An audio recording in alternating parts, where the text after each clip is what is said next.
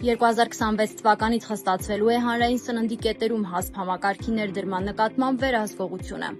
Սննդամթերքի անվտանգության տեսչական մարմնի մասնագետները հերթական հանդիպումն են ունեցել մարզերում գործող տնտեսվարողների հետ։